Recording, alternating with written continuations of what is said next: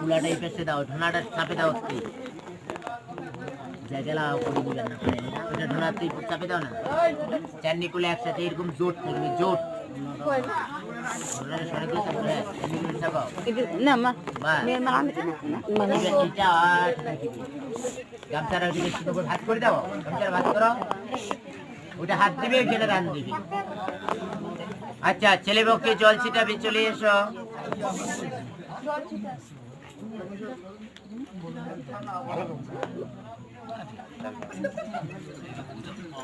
জল দেবো